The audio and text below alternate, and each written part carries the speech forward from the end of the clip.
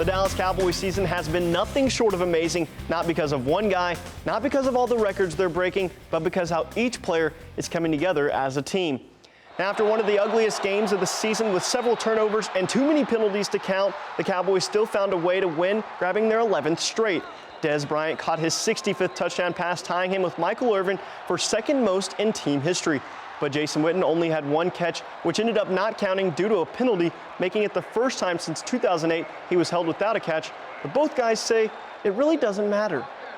We dealing with something that's way much more bigger, than records and all that kind of stuff. We're a football team, and that's the most beautiful thing that we got. We stick with one another throughout the good and the bad, and those are the type of things that, we care about, is pulling out victories like this. Those records really don't mean anything. That's the way the game went, and you're able to just kind of withstand it. And I'm thankful and excited to be 11-1, much more than having a catch. Right here in North Texas, the College Football Playoff Committee is working hard in Grapevine to pick the top 4 teams to play for a national title. But the Big Ten has caused so much confusion, with Ohio State ranked second, but not playing in the Big Ten championship game. Instead, Penn State is there after taking down the Buckeyes earlier in the season and will go up against Wisconsin in the championship game. It will be interesting to see who the final 4 teams will be.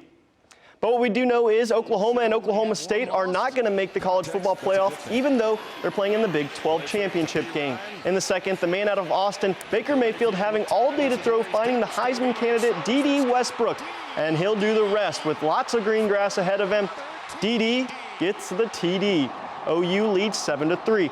Later in the second, Cowboys quarterback Mason Rudolph keeps it on the read option, marching into the end zone for 7 to retake the lead. OSU up 17-10.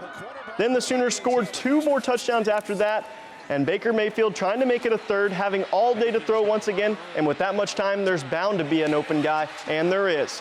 Joe Mixon pulls it in for the touchdown grab. And the Sooners went on a 28-3 run at the end of the game to beat the Cowboys 38-20 and will likely play in the Sugar Bowl. Now, moving from the college ranks down to those who one day hope to be playing at the next level, we're going to take a dive into the Texas high school football playoffs. A Class 4A battle, Salina and Gilmer and Mesquite. Bobcats junior running back Ismael Ortiz punching his way in to start the scoring. Salina up 7-0. Then with 11 minutes left in the first half, Gilmer running back Keaton Collier bounces to the outside and nobody is going to touch him. Gilmer turned on the burners after that score, cruising to a 43-17 win. Next up, Sweetwater.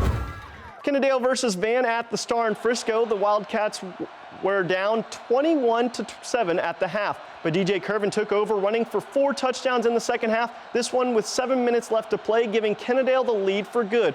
Curvin finished with 5 touchdowns and 168 yards on the night. The Wildcats won the game 34-28, making it the furthest postseason run in school history, and it's not over yet.